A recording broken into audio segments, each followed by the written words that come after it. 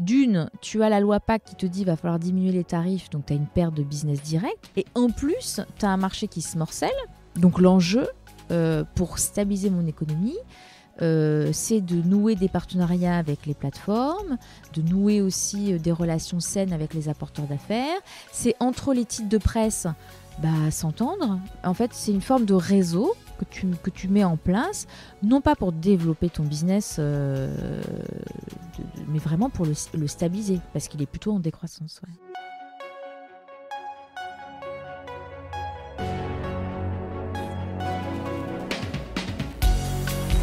Bienvenue dans Mediarama, le podcast du futur des médias. Je suis François Desfossés et chaque semaine, je rencontre des entrepreneurs, des têtes penseuses et des experts de la galaxie média. Ce podcast est proposé par Cosa Vostra, agence de conseil tech et créative. Retrouvez-nous sur cosavostra.com.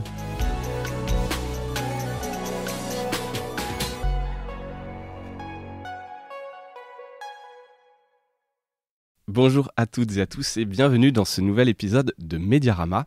Alors épisode un peu spécial que j'enregistre au Festival de l'Info Locale à Nantes où je suis pour quelques jours. Et donc cet épisode, je le fais aujourd'hui avec Fanny Delarue. Fanny, bonjour. Bonjour. Tu es la directrice générale adjointe du groupe Le Messager. Alors le groupe Le Messager, c'est un groupe de presse hebdomadaire régionale. On s'était rencontrés au congrès de la PHR à Annecy. Aix-les-Bains. À Aix-les-Bains, pardon. Ouais, c'est à côté. C'est à côté. Aussi joli. Voilà, j'étais allé au restaurant à Annecy, mais c'est vrai qu'Aix-les-Bains est aussi joli. Où on avait bien sympathisé et puis je sentais qu'il y avait un besoin de parler un peu de la PHR. C'était pour ça que j'étais aussi allé à ce congrès. Il y a plein de choses à dire là-bas et puis donc c'était un peu l'occasion. On s'était dit, on s'était promis qu'on ferait cet épisode. Tu allais aussi à Nantes à ce festival, donc c'était la bonne occasion. Donc on est dans le studio Média Campus, un super studio. Donc on est dans des bonnes conditions. C'est clair. Pour faire un bon épisode, parler et du groupe Le Messager et aussi de la PHR parce que tu es en parallèle la présidente de l'association PHR Centre-Est. Exact. Donc tu vas nous parler, qui rassemble une dizaine de membres, donc qui te donne un peu cette vision de la PHR. Où je crois que de mémoire, j'ai pas reçu encore d'acteurs de la PHR. Tu écoutes beaucoup Mediarama, tu me disais. Donc, je te disais non. Voilà, donc non, pas d'acteur de PHR, donc je suis ravie de pouvoir être la première représentante de ce média, de cette belle famille de presse. Exactement.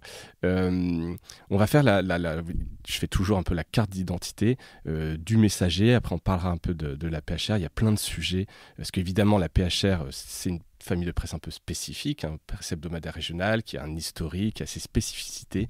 Ouais. Donc il y a plein de sujets qu'on va voir aujourd'hui. On est très nombreux aussi. Et vous êtes très nombreux, voilà. Je sais que tu as un peu ces chiffres en tête parce que tu milites un peu pour mettre en avant cette famille de presse. On commence un peu par la carte d'identité du messager, puis après on va dérouler un peu tous ces sujets. Alors le groupe Le Messager, donc c'est basé à Thonon. Exactement, à côté de Thonon maintenant, le siège historique était à Thonon-les-Bains et maintenant on a déménagé il y a 4 ans à peu près à Anthy-sur-les-Mans, c'est juste à côté, mais c'est le siège historique où a été créé le Messager et l'année prochaine on va fêter les 125 ans de création de la marque.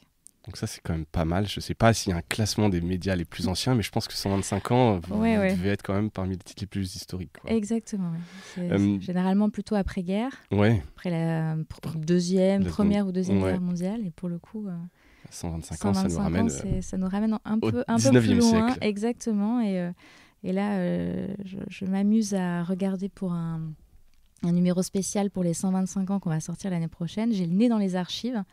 Et pour le coup, je découvre des pépites très rigolotes des titres et de ce qu'on produisait il y a 125 ans. Tout ça n'a pas été numérisé, j'imagine, c'est un peu compliqué.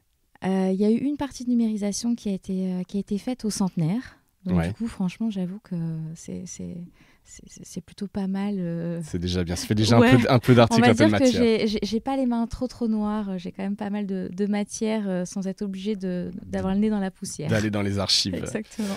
Il y a combien de titres dans le groupe Le Messager ? Alors, on a 8 marques et puis 5 titres de presse hebdomadaire, dont 8 éditions. D'accord. Donc, basés sur la Haute-Savoie, la Savoie et l'Ain. Le titre phare, c'est Le Messager. C'est Le Messager, forcément. Donc avec 3 éditions. L'édition Chablais, historique, Genevois et Faucigny. On a la marque et le titre L'Essor Savoyard, édition 74 sur le bassin annécien. En Savoie, nous avons également l'Essor, mais cette fois-ci 73, plutôt sur le bassin chambérien. Le titre La Savoie, qui est basé sur Albertville, Moutier, la Tarentaise. Donc généralement, quand vous allez en station, vous passez par Albertville. Ouais. Et puis sur l'Ain, nous avons 2 titres, le Pays Gessien et la Tribune républicaine. Voilà, donc un beau territoire. Un beau territoire couvert. Et le Messager, c'est le titre un peu phare, leader. Exactement. Parce qu'historique, avec une marque très forte. Tout à fait. Leader sur son territoire particulièrement chablaisien. Top. Il y a combien de personnes constituent un petit peu qui travaillent dans le groupe Le Messager, constituent un peu la taille? Là, on a vu les titres. Ouais, on est 55 collaborateurs. Avec un peu plus de la moitié composée de journalistes, puisqu'on a une trentaine de journalistes. Et puis, c'est quand même assez rare dans notre famille de presse. Bon, j'en suis aussi un peu la représentante en étant une femme, mais 60% de nos collaborateurs sont des collaboratrices. C'est quand même assez rare. Et je trouve qu'on a de plus en plus aussi de journalistes féminines. Donc nous, en fait, sur l'égalité, on est plutôt à comment on embauche des hommes pour pouvoir être à 50-50. C'est suffisamment rare pour être souligné, mais c'est très bien. C'est quoi? C'est historique ou c'est toi qui avais un peu... Je t'ai même pas demandé depuis quand tu es dans le groupe. C'est vrai que là, on parle du Messager. Ça fait combien de temps? Le groupe Le Messager, ça fait 7 ans que je suis arrivée dans le groupe Le Messager. J'ai bénéficié d'une mutation, puisque en fait, Le Messager appartient au groupe Rossel. Donc on parlera peut-être un petit peu après. Bien sûr. Et là, je fête mon 11e anniversaire au mois de novembre. Dans le groupe Rossel. Et tu étais au Courrier Picard. Exactement. Je suis originaire d'Amiens. Donc, j'étais rentrée au Courrier Picard sur un poste dans les ventes, donc côté éditeur. Je suis passée par la régie. Et puis ensuite, j'ai été mutée pour un choix personnel de vie perso en Haute-Savoie en tant que directrice commerciale. J'ai pris les fonctions de responsable transition numérique, donc ce qui m'a permis d'avoir une vue très 360 et de pouvoir avoir le nez un peu plus dans la rédaction. Dans la rédac, ouais. Et puis, j'ai pris mes fonctions de DGA au moment du départ en retraite du PDG. Top. Donc là, tu connais bien un peu toutes les fonctions. Exactement. Dans un d'abord quotidien, puis un hebdo. Ouais. Donc, tu as dit 55 personnes, c'est ça? Exactement. Au niveau de l'impression, je t'ai pas posé la question, vous imprimez où et comment? Alors, nous sommes imprimés sur les rotatives de l'Union. Donc, c'est là l'avantage aussi d'appartenir à un groupe, effectivement. Ouais. Donc, l'Union est aussi filiale du groupe Rossel. Donc, nous imprimons tout l'ensemble de nos journaux sur les rotatives du quotidien.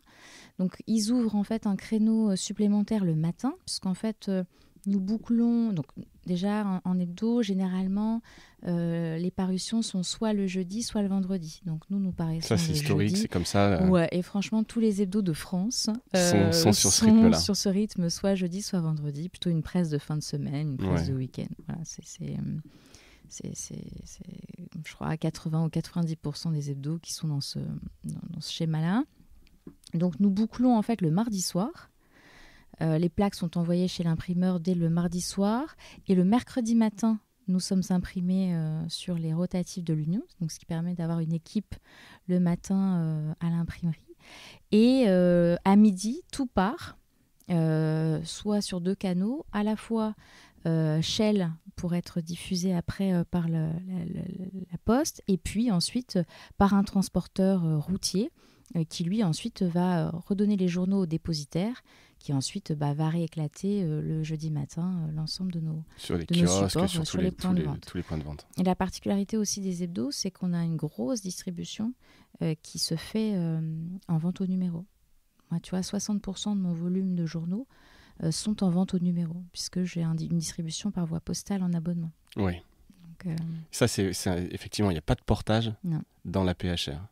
C'est une des nombreuses spécificités. Tu as certains qui bénéficient du portage parce qu'ils font partie de groupes de quotidien et qui du coup bénéficient lorsqu'ils sont intégrés ou en filiale, bénéficient du portage du quotidien, donc avec les mêmes porteurs.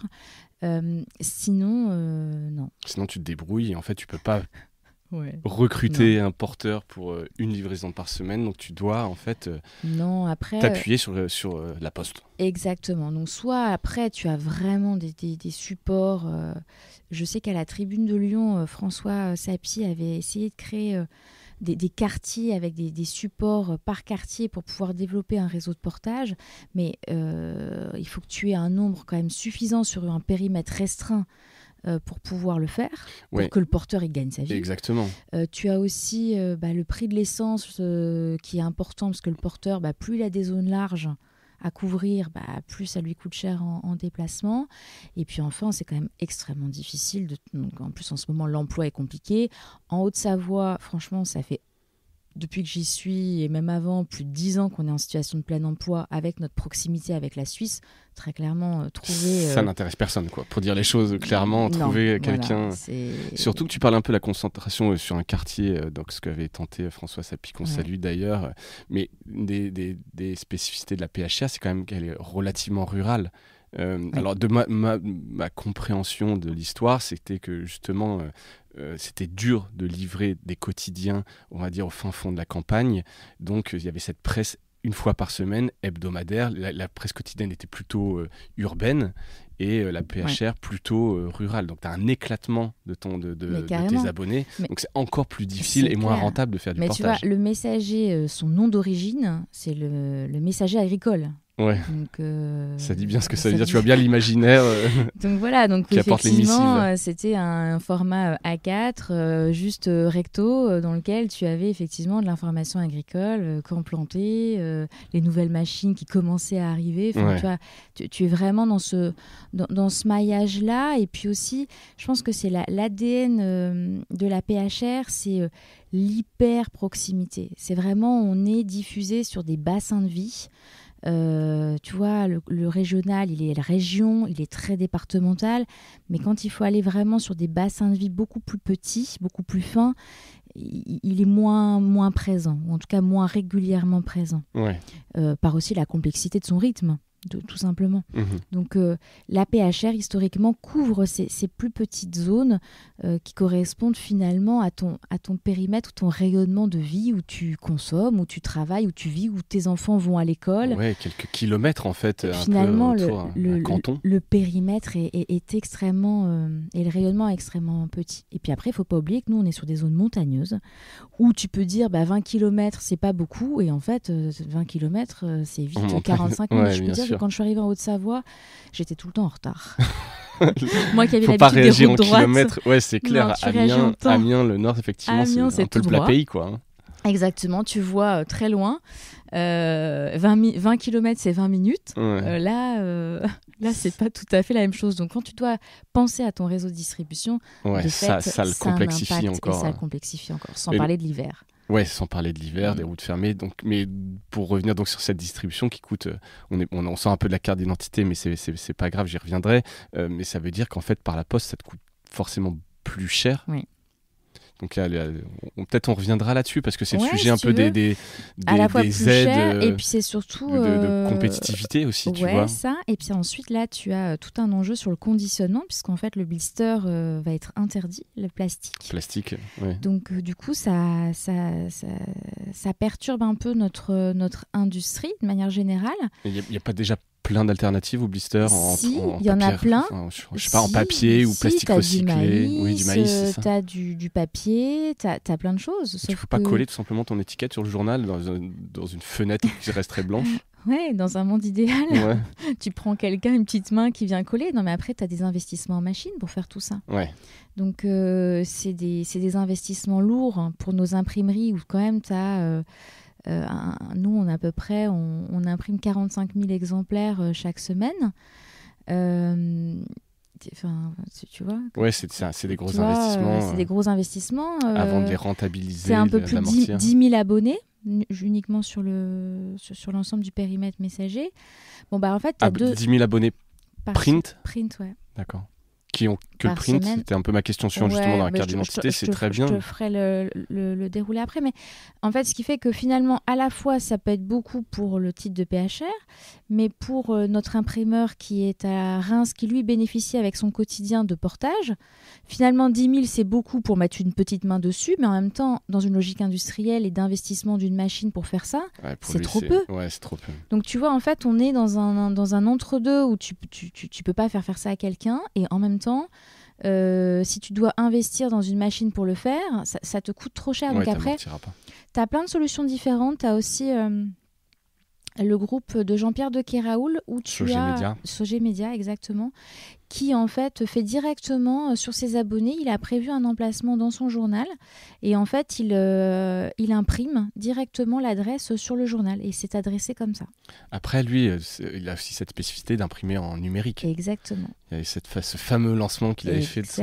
Vous êtes imprimé vous en offset, donc tu peux pas quelque part faire ça, quoi. Non, je peux pas. Donc la seule solution que j'aurais, tu vois, c'est effectivement celle que tu proposes sur l'étiquette, mais qui très franchement en termes d'investissement industriel ne serait pas rentable. Vous êtes posé la question et vous avez balayé. Nos imprimeurs, oui, se sont posé la question et balayaient. Donc effectivement, là, on serait plutôt sur des solutions alternatives de continuer à blister, sauf que soit solution maïs, soit papier, puisqu'après il y a aussi des enjeux écologiques qui sont importants. Donc, et ça, c'est demain, puisque normalement, au 1er janvier 2023, on doit avoir trouvé une solution. Il y a cette deadline où vous n'avez plus le droit d'utiliser de blister plastique. Alors, ouais, ou alors ça va nous coûter très cher en redevance que bon nombre de titres connaissent, qu'on appelle Citeo, qui en fait, en fonction de la pollution que tu donnes, c'est un peu ta taxe carbone version déchets d'imprimeur, où tu dois payer une redevance des déchets que tu produis. Et vous êtes prêts pour le 1er janvier ? Parce que là, on est fin septembre. Oui, on le sera prêt. Vous serez prêt ? Bien sûr, oui, on sera prêt. Ça fait 2 ans qu'on travaille le sujet, donc on sera prêt. Mais tu vois, actuellement, on est dans un exercice budgétaire pour 2023, dans une situation où tu as l'augmentation du prix du papier qui est quand même astronomique en ce moment, qui explose. Tu as quelques chiffres là-dessus qui te concernent, toi, sur ton PNL, tu vois, de combien ça va te coûter en plus. Alors, j'imagine qu'il y a une logique groupe chez Rossel, mais, bien sûr, mais tu vas être impacté. En fait, c'est simple. Tu vois, l'année dernière, il y a un an et demi, on a acheté la tonne au niveau du groupe à peu près autour des 400 €. Là, on est à 900 €. Donc, en un an et demi, plus de 100%, quoi. Ça plus que doublé. Donc en fait, j'ai déjà pris à peu près 35% de plus là depuis 6 mois. Chaque trimestre, on se reprend 30%. Et donc, tu vois, c'est en train d'exploser. Tu l'as impacté déjà, ça, sur prix des abonnements? Alors après, c'est un peu différent parce qu'il y a de l'abonnement, justement, donc tu as une dette abonnée. Comment vous réagissez par rapport à ça? Alors, l'année dernière, pour cette année, on avait surtout beaucoup réagi au niveau des tarifs pub, majoritairement sur nos produits spéciaux et hors série. Puisque là, pour le coup, c'est un impact direct sur l'exploitation. Quand tu vis soit de la vente au numéro de ces produits-là ou de la pub, puisque tu as des produits qui sont 100% publicitaires, en fait, ton équilibre, il marche sur la pub, donc tu es obligé d'augmenter la pub. Ce qui est quelque part un peu plus cool, c'est pas le bon mot, mais c'est mieux d'augmenter ta page de pub que de le répercuter sur... ton abonné, parce que c'est... Oui, c'est ça. Après, plus simple. On fait partie quand même des hebdos les plus chers de France. Le Messager, on a une valeur faciale à 2,20 €. Messager est 174. Et puis, les autres titres, on est à 1,80 €. Donc, on a déjà des prix en presse hebdomadaire régionale, sous format tabloïd, qui sont plutôt assez élevés. Mais très honnêtement, j'ai demandé à mes équipes pour 2023 qu'on retravaille les prévisions avec des hypothèses d'augmentation aussi de valeur faciale. Moi, je voudrais éviter de toucher mes abonnés, mais à un moment donné, je n'ai pas de recette miracle. Et vous avez testé, alors c'est peut-être naïf, souvent des questions pas. naïves, mais mettre moins de pages, changer la taille. Alors, je sais que c'est tabloïd, donc il y a aussi pareil, des logiques industrielles. Mais, Exact. alors, je vais pas te dire d'enlever une édition parce que c'est un hebdo, donc c'est compliqué si tu ne parais pas. Bah, Mais... écoute, pendant le Covid, on a déjà fait plusieurs tests. Donc déjà, on a regroupé des éditions. Alors aussi parce qu'on était moins distribués. Comme quand je te dis que 60% de ma vente, c'est la vente au numéro. Quand j'ai certains endroits, notamment les presses, les librairies qui sont fermées, c'est un impact. Les gens allaient moins dans les grandes distributions qui sont quand même des gros distributeurs de nos journaux. Ils y allaient moins souvent, moins régulièrement. Donc quand ils tombaient pas, quand ils faisaient pas leurs courses en fin de semaine, le jeudi, vendredi, clairement, je n'étais pas vendu. Donc ça avait un impact. Donc on avait réduit le nombre d'éditions. À l'issue de ça, on s'est posé la question de savoir si il fallait pas conserver ce regroupement d'éditions. Donc, on a fait des enquêtes auprès de nos lecteurs, auprès de nos panels, auprès de nos dépositaires aussi, qui quand même a une expertise très forte sur les points de vente. Et finalement, c'était pas le. Ça a été rejeté. Enfin, la bonne formule. Les gens veulent leur édition, quoi. Ouais, ils veulent leur édition et c'est votre ADN, en fait. C'est notre ADN, part. en fait. Tu vois. Et puis, comme on est sur des bassins de vie, finalement, quand tu mets 2,20 € et que tu as la moitié du contenu du journal que tu considères qui ne te concerne pas, tu perçois moins la valeur. Donc non, la force aussi de nos titres, c'est que sur nos hebdos, tu n'as pas d'information générale. On estime que les informations France Monde, tu les trouves ailleurs, tu les trouves à la télé, tu les trouves à la radio. Et puis comme on boucle le mardi soir pour un produit qui est diffusé le jeudi... Ouais, ta news, elle est déjà obsolète. Tu peux pas être dans la hard news. Quoi. Non, tu peux pas. En tout cas, pas niveau France Monde. C'est ça. Et puis en plus, les gens ne nous attendent pas là. On les questionne régulièrement sur ce qu'ils attendent pour faire évoluer nos contenus. Et ils ne nous attendent pas sur ces sujets-là. Ça veut dire qu'ils sont abonnés à d'autres... à un quotidien ou tu connais un peu là-dessus leurs habitudes? Ouais, il y a des études là-dessus qui sont d'ailleurs faites par la CPM sur les habitudes de consommation. Et en fait, tu as à peu près 58%, je crois, des personnes qui ne lisent pas, qui sont abonnées à un hebdo et qui ne lisent pas le quotidien. 80% des personnes qui sont abonnées à un hebdo ne consomment pas la presse quotidienne nationale. Et en moyenne, ceux qui sont habitués à leur hebdo consomment pratiquement que l'hebdo. Donc, tu as assez peu de... Mais après, ils peuvent regarder le JT, j'imagine, à la télé. Ah, mais ou quoi oui, que ce voilà. soit. Mais après, ils consomment... Oui, ils consomment. Mais en tout cas, l'hebdo, pour eux, ils veulent que ce qu'il y a autour de chez eux. C'est pour ça qu'ils nous achètent. C'est notre raison d'être et c'est la raison d'achat de l'hebdo. Donc oui, après, comme nous tous, ils consomment les réseaux sociaux, ils consomment la télé, ils consomment des sites internet multiples. Mais quand on leur pose la question, qu'est-ce que vous attendez de nous? Quel contenu vous attendez dans nos journaux? Qu'est-ce que vous voudriez y voir? Clairement, des fois, à la fois très fermé ou très ouvert. En gros, les informations nationales, ils nous attendent, mais pas du tout là-dessus. Bon, c'est bien quelque part parce que c'est aussi coûteux de faire ce type d'informations et puis au moins vous savez, vous gardez cette espèce de valeur ajoutée que les autres ne font pas. Exactement. Ça on en parlera, mais c'est quand même assez intéressant.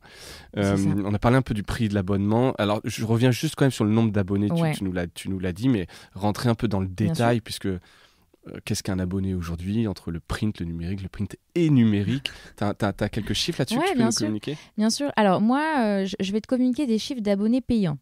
Parce que, en fait, pour moi, c'est ceux-là qui ont de la valeur. Et parce qu'on a bien sûr des gratuités, des deals, etc. Mais pour moi, là où le match se joue, c'est sur l'abonné payant, parce que c'est lui qui apporte de la valeur et c'est lui qui met sa carte bleue ou qui nous envoie un chèque, parce que ça arrive encore pas mal. J'imagine.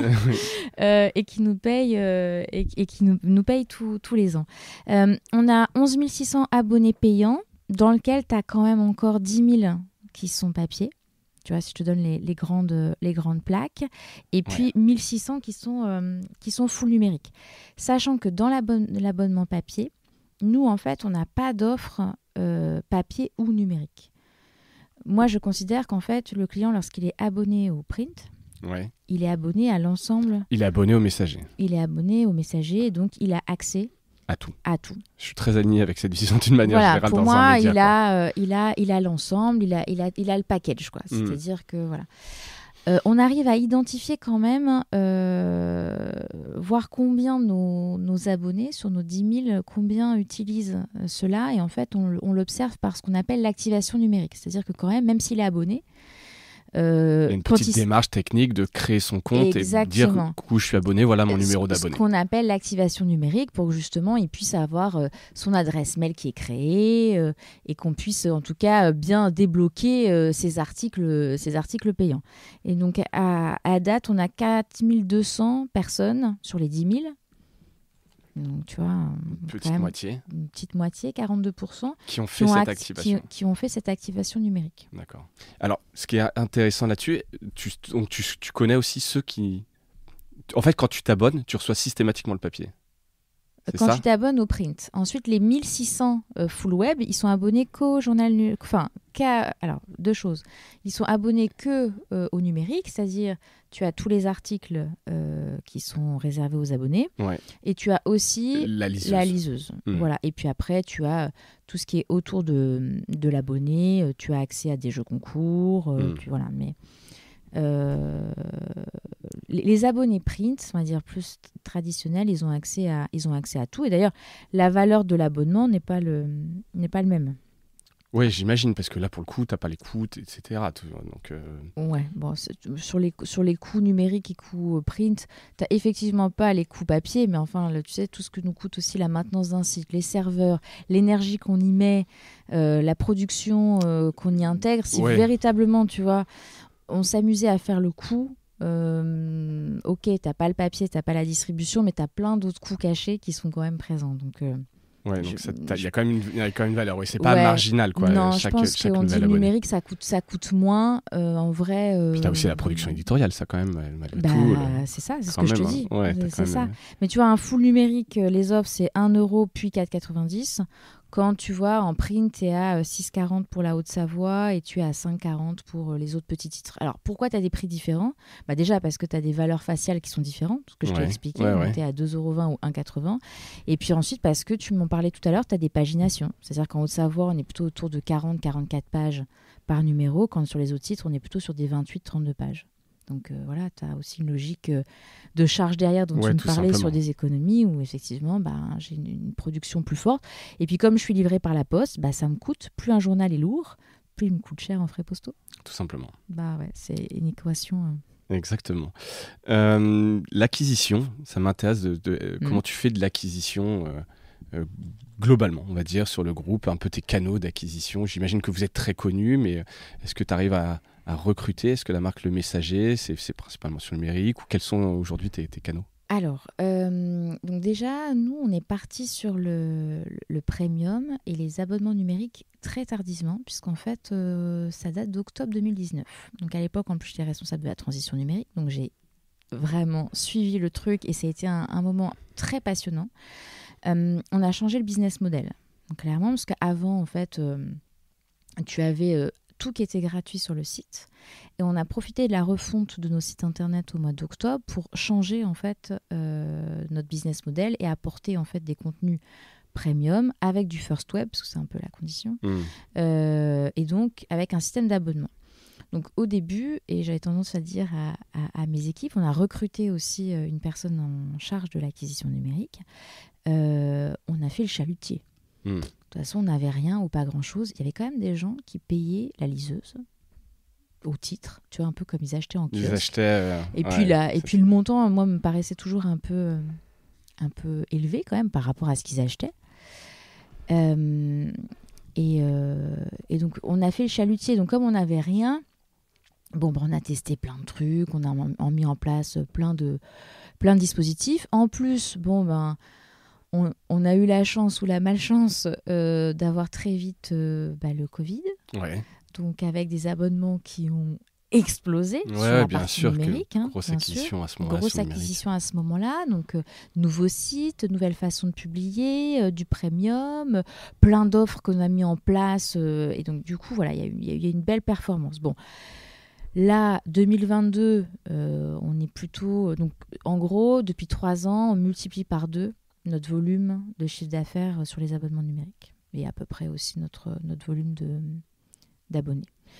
Là, sur 2022, on a quand même une année un peu plus normale. On est plutôt à plus 30% de notre chiffre d'affaires, c'est à peu près l'atterrissage. Global de votre chiffre d'affaires, vous faites plus sur 30%. Les abonnements numériques. Sur les abonnements numériques. Ouais, non, juste sur les abonnements numériques. Et le top 3, c'est l'accès direct. Donc là, c'est, tu vois, ce dont je te parlais tout à l'heure, c'est l'attachement à la marque. Les gens, ils viennent nous voir parce que ils nous connaissent, ils veulent savoir ce qui se passe chez eux, à côté d'eux, c'est l'attachement à la marque.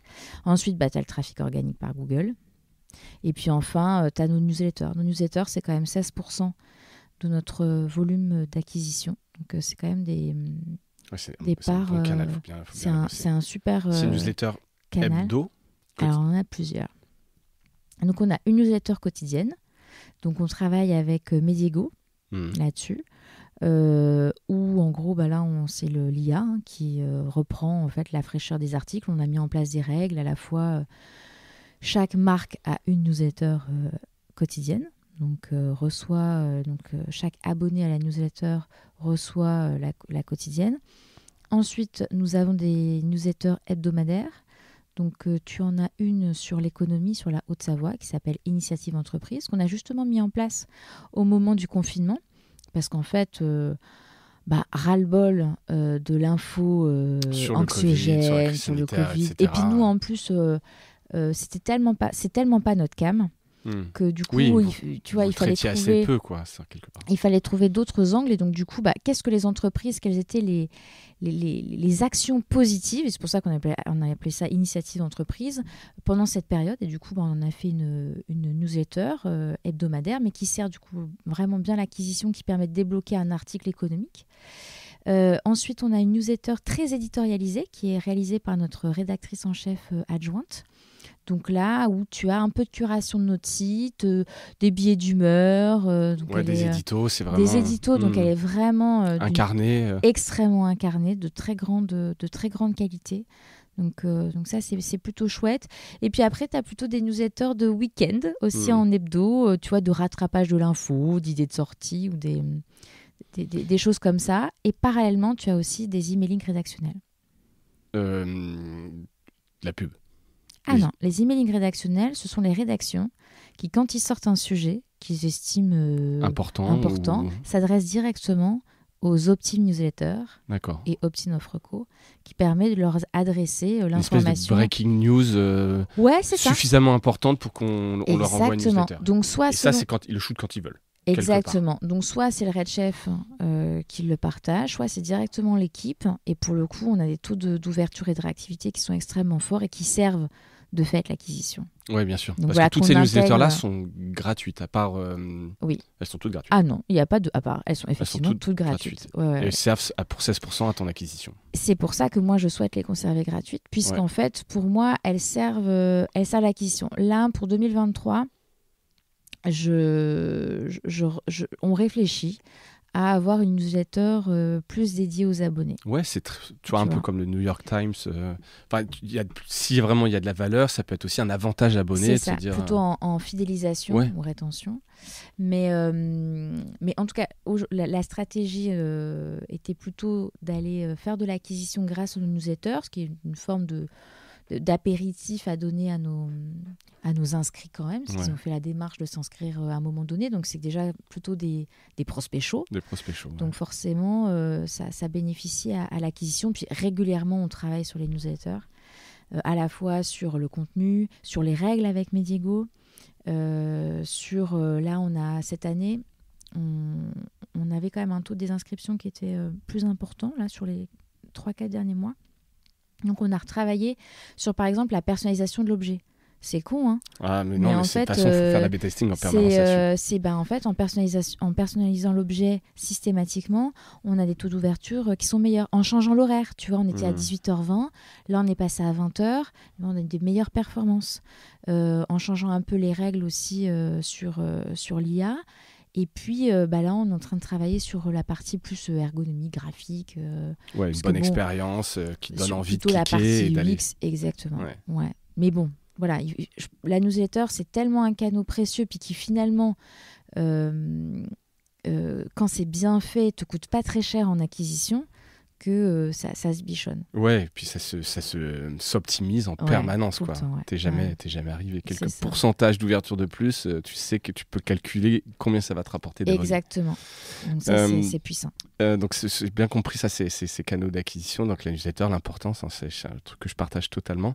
Est-ce que, en termes de modèle économique, l'abonnement et la pub sont vos seuls modèles? Et en fait, j'aimerais surtout qu'on parle derrière cette question d'une autre spécificité de la PHR, mais pas que la PHR, les annonces légales. C'est quelque chose que je crois que j'ai jamais évoqué au micro de Mediarama. Pourtant, c'est quelque chose dont on parle d'un peu dans le marché pas mal. Il y a eu pas mal d'évolutions. Ouais. Est-ce que tu peux nous en dire un petit peu plus? Et puis après, si vraiment tu as d'autres modèles économiques que la pub et l'abonnement que tu souhaites un peu mettre en avant, je suis partant. Mais les annonces légales, c'est important pour vous? C'est important pour le marché des hebdos, de manière générale. Voilà. Tu as beaucoup d'hebdos. Alors, il y a 250 hebdos en France. J'ai pas le pourcentage exact, mais pour moi... Une fourchette, peut-être. Une fourchette, tu vois, tu as un bon 30%. Je pense même que tu peux frôler les 40% qui sont des hebdos économiques. Donc, local, éco. Et donc, du coup, en fait, eux, 80% de leur chiffre d'affaires, pratiquement, c'est l'annonce légale. Donc, jusqu'à 80% de chiffre d'affaires, c'est l'annonce légale. Ouais. Donc, l'annonce légale, je le rappelle juste pour ceux qui ne voient pas, c'est toute la vie des entreprises, une création, un changement de siège social, une liquidation, une augmentation de capital. Enfin, tout ce qui concerne la vie de l'entreprise doit être publié dans des annonces légales et c'est très réglementé. C'est ça. Donc, tu as la vie des entreprises, mais tu as aussi les marchés publics. Tu as aussi les publications d'appels d'offres, attributions. Les enquêtes publiques, les attributions. Voilà. Donc, ça a vraiment un objectif de transparence. Et là, pour le coup, c'est à la fois la presse hebdo qui, on va dire, historiquement, a toujours été très fort en annonce légale. Parce que, tu le disais, une grande partie, c'est de la presse économique. Mais d'ailleurs, j'imagine un peu comme le Messager agricole, il devait y avoir un peu aussi cette vie des entreprises. Oui, c'est ça. Et puis, voilà, c'est aussi des modèles éco où, finalement... comme tu es proche de tes territoires, tu es aussi proche des institutions, des mairies locales qui ont plutôt tendance, parce qu'ils te connaissent, parce qu'on fait des articles avec eux ou sur eux, qui connaissent bien la marque. Tu as un attachement à la marque et puis aussi, parfois, tu as aussi ce qu'on appelle les valeurs refuges. La valeur refuge, c'est que comme il y a peu d'audience, surtout sur la vie des sociétés, c'est beaucoup moins vrai sur les marchés publics, mais comme tu as moins d'audience, quand tu me parles de création, tu as bien envie que ça se sache. Tu vois. Par contre, quand tu parles de cessation d'activité, parfois certaines rentrées au capital ou certains déménagements... Tu as envie d'être un peu discret. Tu as envie d'être un peu plus discret, donc là, tu vas plutôt ce qu'on appelle effectivement des valeurs refuges, où tu vas être un petit peu moins visible, puisque le titre, même s'il est habilité, donc il doit justifier quand même d'une audience suffisante pour pouvoir recevoir ton annonce légale, qu'il doit avoir des journalistes cartés pour pouvoir recevoir des annonces légales, et surtout qu'il doit avoir un contenu substantiel sur le territoire qu'il couvre. D'accord, donc c'est pas tout le monde peut pas faire d'annonce légale, c'est très réglementé. Bien sûr. Et puis le tarif est réglementé aussi, parce que c'est un tarif préfectoral. Ouais. Donc rien que tu vois, au Messager, dans le groupe Le Messager, pour te donner quand même un ordre d'idée du poids que ça représente chez nous, on est aux alentours de 20% de mon chiffre d'affaires. Donc c'est vraiment important, quoi. Ah, mais... Et c'est plutôt parce qu'il y a eu des changements un peu réglementaires au niveau très européen, etc. Ouais. Je ne sais pas si tu peux revenir dessus en sûr. quelques dates pour expliquer l'enjeu qu'il y a eu, parce qu'il y a eu une mobilisation de la PHR pour un peu défendre ce précaré. Hein. PHR, et là pour une fois on s'est rassemblés. PHR, PQR, PQN, où là on a fait front commun, et pour moi c'est un des sujets phares sur lequel il y a vraiment eu un front commun de l'ensemble des familles de presse. Ouais. Donc ça, c'est plutôt quelque chose à souligner qui est très positif pour nous tous. Donc, en fait, juste pour réexpliquer un peu le contexte, en 2008, tu as l'Union européenne qui dit à la Grèce, la France et l'Allemagne, vous êtes les seuls à avoir des annonces légales. Donc déjà... C'est-à-dire que ça n'existe pas ailleurs ? Non. Donc au sein de mon groupe Rossel qui est en Belgique, par exemple, il n'y a plus d'annonce légale. Ça n'existe pas. Donc c'est assez particulier. Et puis, en tout cas, qui était habilité sur des journaux départementaux. C'est-à-dire que tu avais en gros de l'annonce légale plutôt nationale, un peu régional, mais départemental. Il y avait que sur ces 3 pays-là où ça existait. D'accord. Et puis, en 2010 ou 2011, je ne sais plus trop bien, mais en gros, Bercy s'est emparé du sujet en disant, et d'ailleurs, des fois, j'entends encore un peu ça, c'est un peu de l'inconscient collectif, où c'est de la subvention ou de l'aide à la presse déguisée. Le fait, en fait, qu'ils aient... Le fait que nous ayons des annonces légales dans nos titres... et qu'il n'y ait que serait... vous qui puissiez le faire, Exactement. etc. C'est une manière de vous subventionner. C'est ça. Alors, il faut quand même rappeler que le principe même de l'annonce légale, c'est l'objectif de transparence. C'est pour éviter, comme il y a dans certains pays, des choses, notamment sur les marchés publics, qui soient affectées à certaines entreprises... plutôt que d'autres. Voilà, que tout le monde puisse avoir ses chances de répondre au marché et que tout le monde puisse, s'il y a une entreprise qui crée ou qui s'arrête, que si jamais cette entreprise, par exemple, a des dettes, tu sois un peu au que courant. Tu sois un peu au courant, tu vois. Donc, en fait, il y a vraiment une logique de transparence et d'information, ce qui est notre métier. Donc, c'est pour ça aussi que... Oui, c'est un peu cohérent avec votre... C'était cohérent avec nos lignes éditoriales, aussi notre diffusion, parce que, voilà, on a quand même une diffusion assez importante et une couverture du territoire qui est forte. Donc, de pouvoir informer de tout ça. Donc, il y a vraiment une logique de transparence. Oui, parce qu'en fait, j'allais dire, l'État aurait pu le faire une plateforme numérique, mais en fait...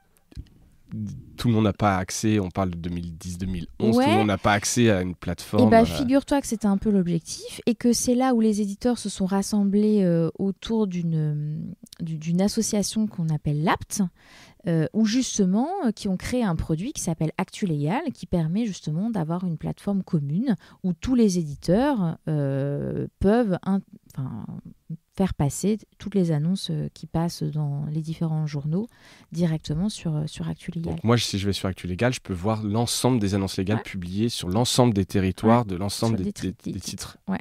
D'accord. Donc ça, c'est plutôt... Et c'est vous qui l'avez fait au sein de cette association C'est l'APT. C'est l'APT. C'est l'APT, oui, effectivement. Okay. Donc voilà, et puis ensuite, là, les derniers changements qui ont eu lieu en 2021. Donc là, c'est dans le cadre des négociations de la loi Pacte. Qui sont un peu la réglementation justement et la tarification des annonces légales. Donc pour moi, tu as 2 éléments essentiels sur les changements de la loi PAC. La première, c'est les forfaits et le tarif au caractère. Donc, c'est-à-dire que jusqu'alors, les annonces légales, c'était un tarif à la ligne. Voilà, tu avais un nombre de lignes. Le préfet, chaque année, te donne ton tarif à la ligne et puis tu dois appliquer. Et pourquoi c'est différent d'une préfecture à une autre ? C'est une bonne question. Je sais pas trop. Je crois que c'était lié à la volumétrie d'entreprises présentes. Parce que généralement, c'est plutôt sur la vie des sociétés. C'est pour un peu caper le chiffre d'affaires. Ouais, je t'avoue que je sais pas pourquoi. Alors après, t'as pas des différences qui sont astronomiques.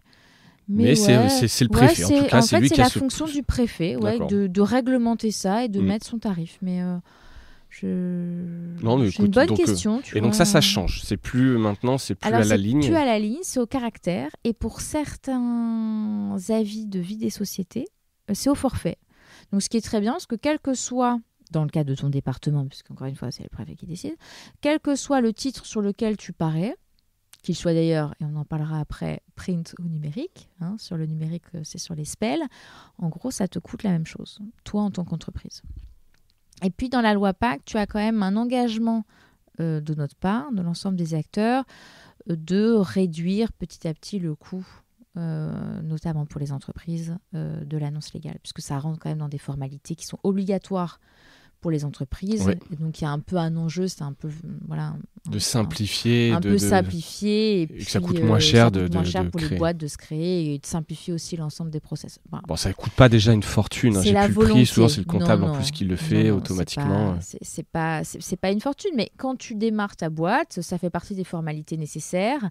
Souvent ton expert comptable ou ton avocat selon te package tout ça. Oui, tu choisis même pas le titre. C'est assez transparent. Tu peux lui demander de choisir le titre. Moi, j'ai pas le souvenir. Alors, si, je crois que j'ai été sur le Parisien et j'étais très fier. J'avais acheté le journal, je dois encore l'avoir de ma première société. Mais normalement, tu sais que tu n'as pas besoin de l'acheter puisque tu as le justificatif de parution. Ouais. Donc, mais bon, tu vois, c'est un peu sentimental. Ouais, j'ai ma société. La création de boîte, souvent. La première. J'avoue que souvent, les personnes qui paraissent en création d'entreprise, souvent, sont fiers d'avoir ce... J'ai eu une liquidation, je n'ai pas acheté le journal. Ouais, c'est un peu moins. Là, tu as dû faire valeur refuge, je suis pas sûre que tu l'aies mis dans le Parisien. Ouais, non, je sais même plus pour le coup, parce que là, vraiment, c'est l'expert comptable, tu vois. Et, oui, c'est ça. Donc, les experts comptables, je sais pas pour combien. Alors, tu dis, et avocats, pour combien ils sont responsables du choix des titres et donc de ces 20% de ce chiffre d'affaires. Alors, tu vois, c'est un vrai sujet économique, c'est-à-dire que... Alors, ils sont pas tout à fait 20%, parce que tu as à la fois les marchés publics et la vie des sociétés. Donc, selon la typologie des titres, moi, j'ai 50-50 en fait. Marché public et vie des sociétés, pour moi, en termes de business et de chiffre d'affaires, c'est assez bien réparti. Donc, 10% de ton chiffre d'affaires dépend de la vie des sociétés. Exactement. Et donc des comptables. Oui, alors... Donc, vous les draguez un peu. Alors, tu as aussi des chefs d'entreprise qui décident de se passer de ces professionnels du droit et qui passent en direct. Parce que c'est devenu quand même plus simple en termes de... Exactement, on a plein de systèmes de démat qui permettent justement à une entreprise de pouvoir, tu vois, toi, si tu as envie de créer ta boîte, depuis ton canapé, tu vas sur les plateformes. Nous, on a aussi une plateforme numérique qui te permet de pouvoir faire ton annonce, ce qu'on appelle la formalité, et puis dans la foulée, d'avoir ton attestation de parution qui te permet de continuer toutes tes démarches. Voilà, donc, c'est pas une obligation de passer par un professionnel du droit. C'est quand même très fortement conseillé parce qu'ils ont quand même un gros... ils ont l'expérience, donc ça va vite. Et puis ils ont surtout un devoir de conseil et qui peuvent aider. Mais voilà. Donc effectivement, nous, c'est ce qu'on appelle les apporteurs d'affaires. Donc plusieurs choses, c'est un marché d'habitude. Donc en fait, plus tu as une solution simple, plus en gros ça se passe bien avec le titre, plus tu es facilitant, plus tu leur donnes des conseils, plus tu vas vite aussi dans le traitement, parce que voilà, souvent ce sont les assistantes ou les secrétaires qui gèrent ça, tu vois, elles n'ont pas envie de passer 3 plombes à faire ça. Plus tu les aides, plus tu facilites le process, plus elles vont te choisir. Puis elles ont l'habitude, elles connaissent souvent la personne qu'elles ont au bout du fil. Des fois même, tu as des liens amicaux qui se créent, une sympathie tout au moins, parce que voilà, on se voit régulièrement. Et puis après, avec certains, selon le volume d'apport d'affaires, tu as des rétrocessions qui peuvent s'opérer. D'accord. Et je ne sais pas si c'est significatif dans le chiffre d'affaires, ou est-ce que c'est... Selon, ça peut être significatif. Tu as même aujourd'hui sur le web, tu as des plateformes, des grands faiseurs. Je pense notamment Medialex, Régipro, qui sont aussi des partenaires avec lesquels on travaille, dont c'est le fonds de commerce, d'être des relais en fait entre les professionnels du droit, les chefs d'entreprise, et qui sont des apporteurs d'affaires et qui apportent un service et qui se rémunèrent dessus. C'est tout à fait sain. Oui, bien sûr. C'est une mise en relation. Comme toi, demain, tu as un contrat, on t'apporte du l'apport business. D'affaires, quoi. C'est vraiment de l'apport d'affaires. Donc après, tu négocies. Plus tu as un volume d'apport d'affaires important, plus tu as des accords intéressants. Moins tu en apportes, moins tu en as. Mais après, généralement, ce qui est pratiqué, c'est entre 10, 15, allez, grand maxi 30%, mais franchement, ça va pas. Ça va pas au-delà. Non.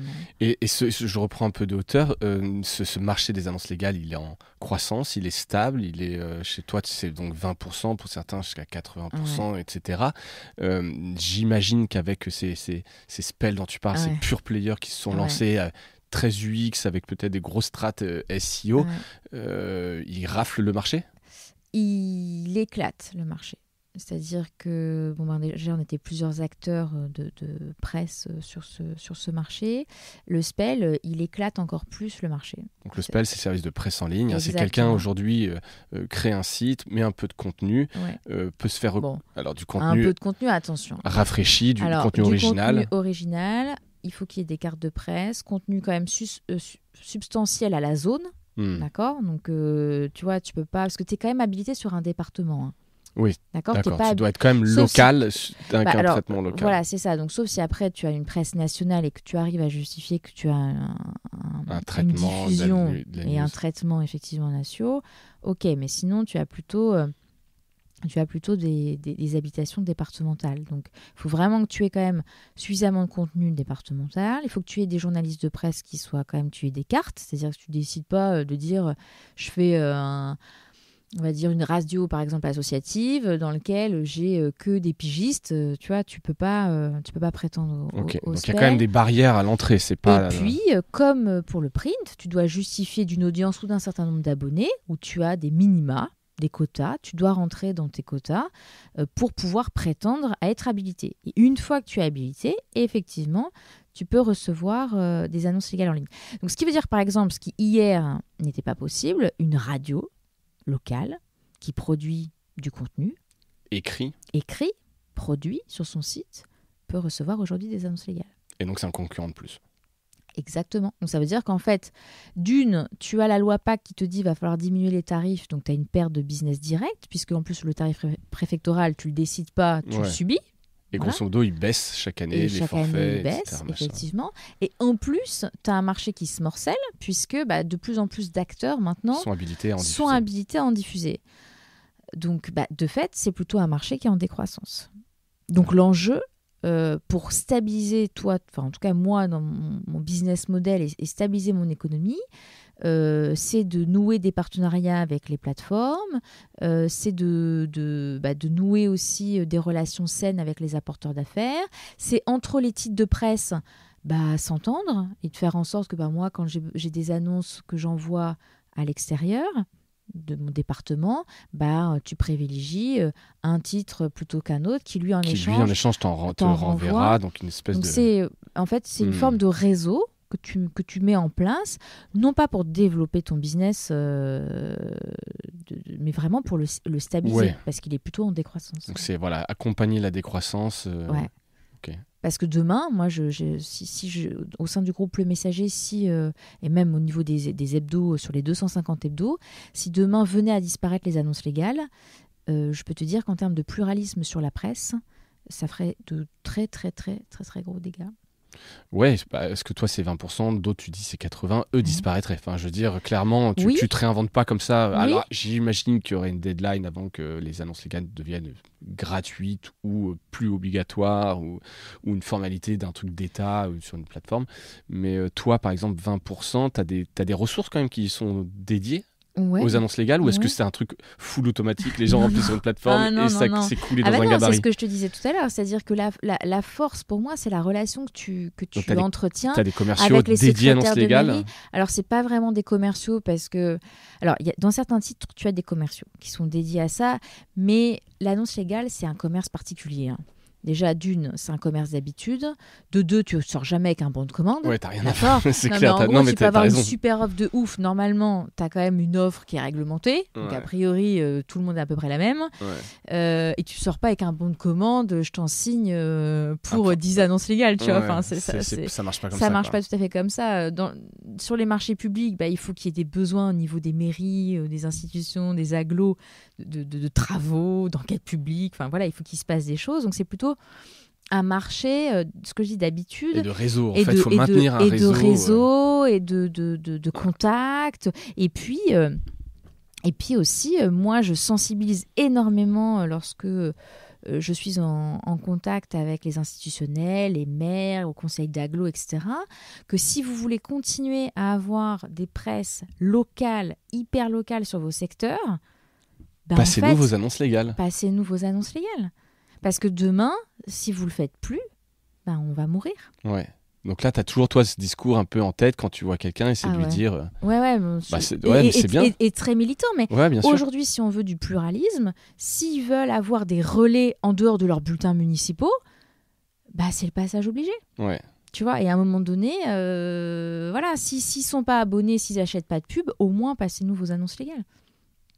D'accord, donc ça c'est le plan, et pour le moment il n'y a pas de projet d'arrêter ces annonces légales. Non, vous êtes bien battus, c'est assez... Pas du tout. Après, le projet nécessaire, c'est comment travailler la décroissance, comment stabiliser, et puis comment, et là c'est ta deuxième question, se diversifier. Parce que comme l'objectif, alors à la base c'était à 5 ans, je pense qu'on va être plutôt à 10 ans, c'est quand même que notre business, notre chiffre d'affaires baisse, et soit tu te rattrapes sur le volume, mais en t'expliquant que tu as un gâteau qui est morcelé, donc le volume... Ça va être encore plus compliqué à aller chercher. Plus compliqué à aller chercher, donc ça veut dire qu'il faut que tu ailles chercher des ressources ailleurs. Oui, d'autres modèles économiques. Exactement. Est-ce que tu as justement tenté des choses? Est-ce que tu as des lignes de revenus substantielles en dehors de la pub? Et alors après, dans la pub, on peut en parler, il y a la programmatique, vous avez une régie, etc. Mais est-ce que il y a d'autres choses? Alors, en autre chose, tu as tout ce qui est produits d'édition et hors-série. Donc ça, on a vraiment relancé ça. Ça avait été fait il y a de nombreuses années, mais je ne sais pas pourquoi, ça n'avait pas forcément abouti. Donc vraiment, en 2021, on a commencé à sortir des produits d'édition. Donc tu vois, des balades, des ouais, mais ça c'est cool, vous êtes légitime, vous avez le réseau, les contacts, puis ça se pube bien aussi, ces trucs-là. C'est ça. Et puis ça permet aussi d'avoir des nouveaux contacts avec ta marque. C'est-à-dire que ceux qui n'ont pas l'habitude d'acheter ton hebdo, ou qui ne sont pas en relation directe avec ta marque, ça permet d'avoir une nouvelle façon de rentrer en contact avec nous par un biais. Ils peuvent acheter dans le relais parce que tu as les 100 plus belles balades du coin, et puis c'est le messager, et puis ils voient ta marque. C'est ça. Donc tu as ça, donc on fait des balades, on fait des histoires incroyables du Genevois, donc par exemple, qui est plutôt une belle réussite en termes. Donc là on est presque à la limite du bouquin, tu vois. Ouais. Donc sur les produits d'édition, on a aussi une e-boutique dans laquelle on intègre aussi des produits d'autres éditeurs. Donc alors effectivement, le chiffre d'affaires est à la marge, mais ça nous permet, tu vois, on prend une commission comme la Fnac, par exemple, fait sur ses propres produits. Après, pour moi, les éditeurs autres qui viennent sur notre e-boutique doivent respecter les mêmes valeurs de la marque. C'est-à-dire que souvent, je prends des éditeurs locaux, je prends des contenus qui sont en relation avec notre charte éditoriale et nos valeurs. Voilà, Il y a une sélection là-dessus, tu ne vas pas vendre n'importe quoi. Non. Non. Puis en plus, d'une, il y a la crédibilité de ma marque, premièrement. Et puis de deux, il faut que ça ait du sens par rapport à nos lecteurs. Donc ça, c'est important. Ensuite, on a la production d'éditions déléguées, podcasts délégués, newsletters délégués. Donc, on a des savoir-faire qu'on met à profit d'autres d'acteurs locaux, des entreprises qui vous contactent. Par exemple, tu vois là, on produit pour le compte du Crédit Agricole des Savoies, donc c'est le 3e numéro. On produit un support, magazine, dans lequel qui s'appelle Passe Frontières. Donc là, on est vraiment en marque blanche. Nous, on est vraiment prestataire de services, finalement, sur une cible qui sont les frontaliers. Donc voilà, qui est une cible très particulière dans notre territoire. Ça, c'est une nouvelle spécificité. C'est une spécificité. Et donc, du coup, comme c'est très spécifique, tu vois... Il faut savoir de quoi on parle, bien le traiter, bien sûr. Mandater une agence extérieure parisienne qui produit du contenu, très franchement, n'a pas la compétence ou le savoir de ça. Et là-dessus, vraiment, on va très loin sur l'édition déléguée. Sur l'exemple que je te donne, on va jusqu'à leur proposer des idées de contenu, le chemin de fer, les angles qu'on va prendre, la pagination, c'est vraiment toute la stratégie, l'impression. Donc, tu vois, on va loin. Et là, on a signé un partenariat pour une newsletter très spécifique sur un acteur économique en gros un parc des expositions qui organise tous les 2 ans un salon très spécialisé dans un monde industriel sur lequel nous on a un magazine qui s'appelle Décolletage et Industrie et on va réaliser pour eux une newsletter qu'ils mettent en place. D'accord, ça c'est des bons produits, ça se vend assez bien. Et c'est vos journalistes qui font ça?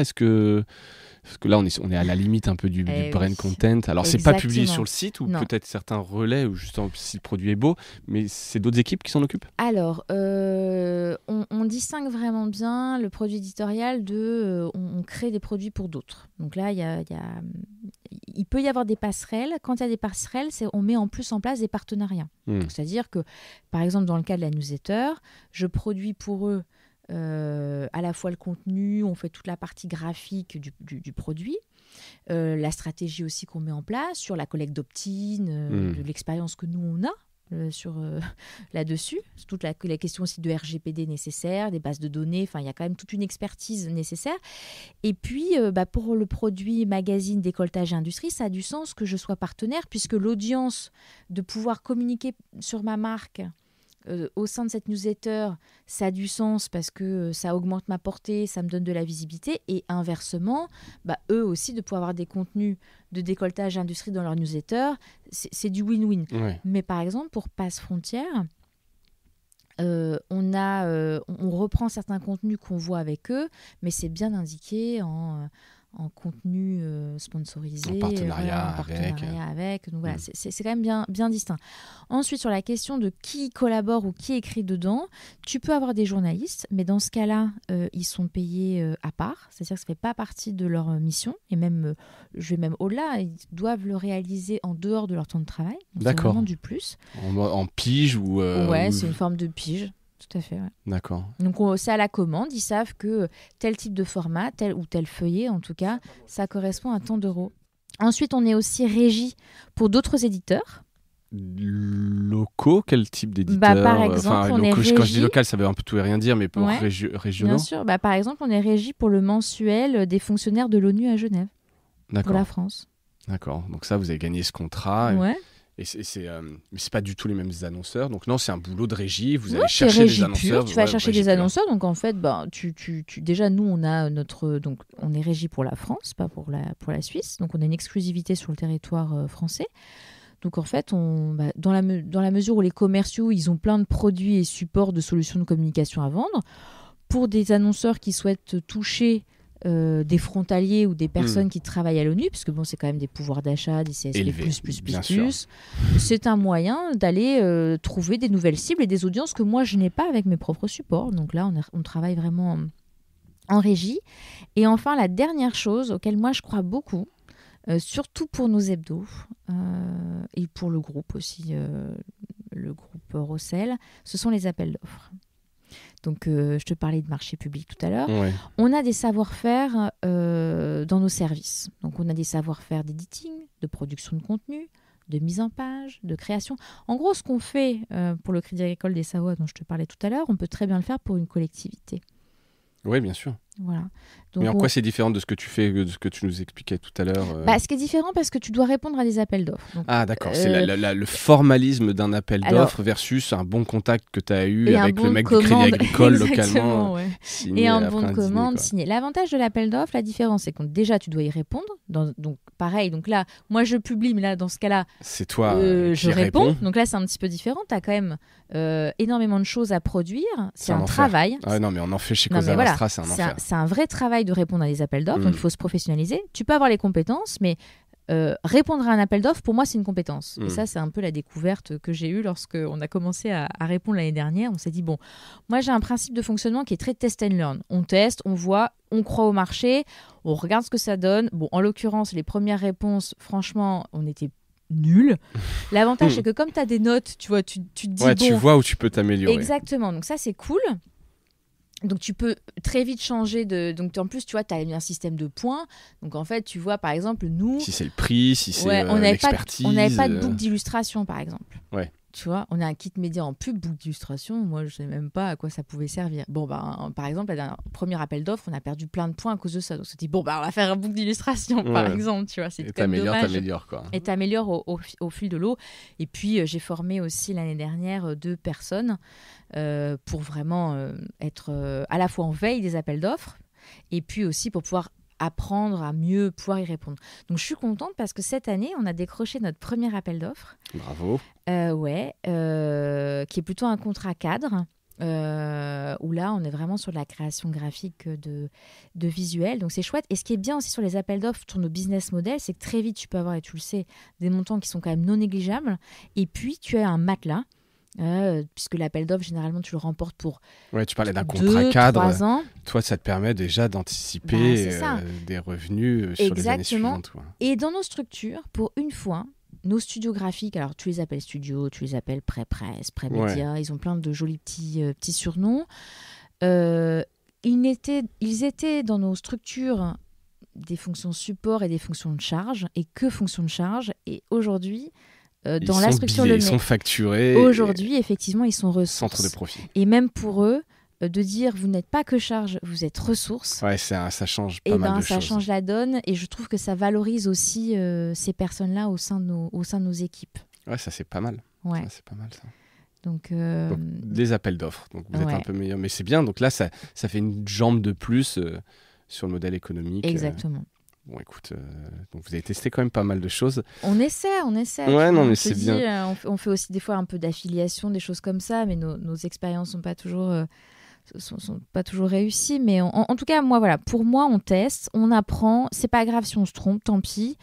C'est l'agilité des hebdos, d'être dans des petites structures, dans des petites équipes, tout en étant quand même faisant partie d'un groupe. J'ai quand même la chance d'avoir un groupe. Ouais, et ça, j'aimerais bien qu'on revienne Ouais. un peu dessus parce qu'effectivement, c'est Rossel, hein, donc Oui. c'est un des gros groupes, La Voix du Nord notamment, mais c'est Oui. un groupe belge. Tout à fait. Est-ce que tu peux revenir rapidement sur l'historique de Ouais. la relation entre Rossel et le groupe Le Messager? Alors donc toi, Bien t'es sûr. arrivé au Messager, c'était déjà Rossel puisque c'était une mutation, mais Alors qu'est-ce oui, que ça... c'est surtout, en fait, moi je suis arrivée dans le groupe Rossel par le Courrier Picard, où La Voix du Nord avait racheté peut-être 6 mois avant, enfin voilà, donc j'étais vraiment... en plus, avant, c'était une scope, donc voilà, je suis arrivée vraiment au début Courrier Picard, qui avait été racheté par La Voix du Nord.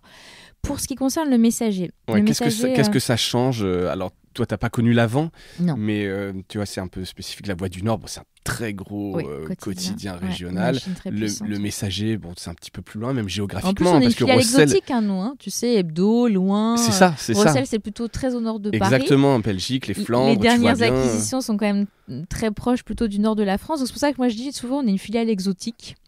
En plus, ne serait-ce que par aussi notre paysage, souvent quand nos confrères, nos collègues nous appellent, ils ont un petit peu l'image de on est toujours au bord du lac ou en station en train de bosser.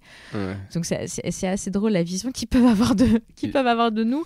Donc dans le Messager, ça quand même le Messager a été racheté en 94 par La Voix du Nord. Et donc, en fait, on est Voix du Nord depuis très longtemps. Ouais. Voilà, en fait, le créateur, le repreneur du Messager voulait absolument pas vendre à l'ennemi juré le Dauphiné. Et donc, du coup, un des actionnaires de La Voix du Nord avait une petite maison au bord du lac. Et du coup, voilà, ça s'est fait... était au courant de l'affaire, de la vente, et ça s'est fait comme ça, quoi. C'est ça. Ensuite, pour ce qui concerne le groupe Rossel, il commence à mettre un pied au capital à peu près dans les années 2000, à La Voix du Nord. Et je crois qu'il y a une reprise au capital. Oui, c'est ça. C'est pas, je crois, c'est en 2005 le groupe Rossel prend le contrôle de La Voix du Nord. Donc ça fait quand même un certain temps. Ouais. Sauf qu'en fait, dans la communication ou dans l'organisation, en fait, chaque filiale avait un système très autonome. Voilà. Donc chacun se gérait. En gros, c'était un agglomérat de titres, de boîtes, d'éditeurs, de titres, voilà. Et c'est plus le cas aujourd'hui? Et puis, non. Parce que tu as quand même une logique aussi maintenant, enfin, c'est des business compliqués, la presse, on en parle régulièrement. Bien sûr. Tes Rossel, tu essaies de mutualiser. Bah, c'est ça. En fait, c'est à la fois mutualisation, ne serait-ce que, tu vois, l'achat du papier. Les imprimeries. Logiquement, donc ce qui permet aussi au groupe de faire des économies d'échelle, ce qui permet aussi à des petits titres ou des petits groupes comme le Messager, comme nous, de pouvoir bénéficier quand même de structures et de fonctions support qui sont quand même très performantes et très efficaces, ne serait-ce que tu vois dans les outils que nous avons aujourd'hui au Messager. Clairement, si on n'était pas groupe Rossel et qu'on était indépendant, nous n'aurions jamais ça. Mais jamais. Tu as des exemples un peu là-dessus Par exemple, tu vois, sur notre système éditorial. Tu vois, aujourd'hui, on utilise Q. Quand on regarde la quote-part, parce qu'en fait, on est organisé, donc le groupe, pour quand même remettre un peu le fonctionnement, avant de te parler de la répartition des factures. Des clés de répartition. La clé de répartition des factures. En fait, depuis vraiment, c'est pour ça qu'on entend beaucoup groupe Rossel maintenant. Il y a beaucoup plus qu'il y a quelques années, effectivement. La marque Rossel, c'était juste un actionnaire et elle est beaucoup plus présente. Ouais. C'est ça, tout à fait. Donc en fait, c'est vraiment toutes les fonctions support, en tout cas, fonctions support sont organisées en BU, en business unit. Donc toutes les expertises en fait sont centralisées. Donc, centralisées où, pardon, géographiquement, c'est en Belgique, c'est à Lille pour un peu la France. Parfois c'est multiple. Alors c'est de plus en plus multiple que tu as des compétences qui sont à la fois au sein des éditeurs, à la fois au siège. Ouais. Donc à la fois au siège de l'actionnaire ou au siège du groupe, donc à La Voix du Nord. Donc malgré tout, géographiquement, tu as quand même les BU sont quand même plus France, sont quand même plus à Lille. Voix du Nord. Voix du Nord. Sont hébergés au sein des locaux de Lille. Mais tu as aussi des personnes, donc c'est tout le côté aussi spécifique, je pense, de notre groupe, c'est que tu as des personnes qui appartiennent au BU, mais qui sont hébergées au sein des filiales. Par exemple, j'ai une personne au niveau des acquisitions numériques qui travaille en collaboration avec la BU Vente et qui travaille aussi avec la BU CX.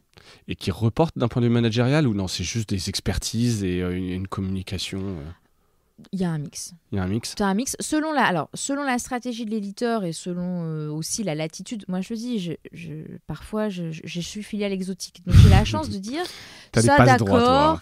Ouais, tu sais, moi, des fois, j'ai souvent tendance à dire que je suis le petit frère d'une grande fratrie ou le petit cousin, tu vois. Je suis loin, je suis sympa. Que tout le monde aime bien, même si... tout le monde aime bien. Mais des fois, tu vois, lui, il a le droit d'avoir des trucs que toi, tu n'aurais jamais aimé, tu vois, t'aurais pas le droit. C'est un peu pareil. Je vois bien l'image. Tu vois.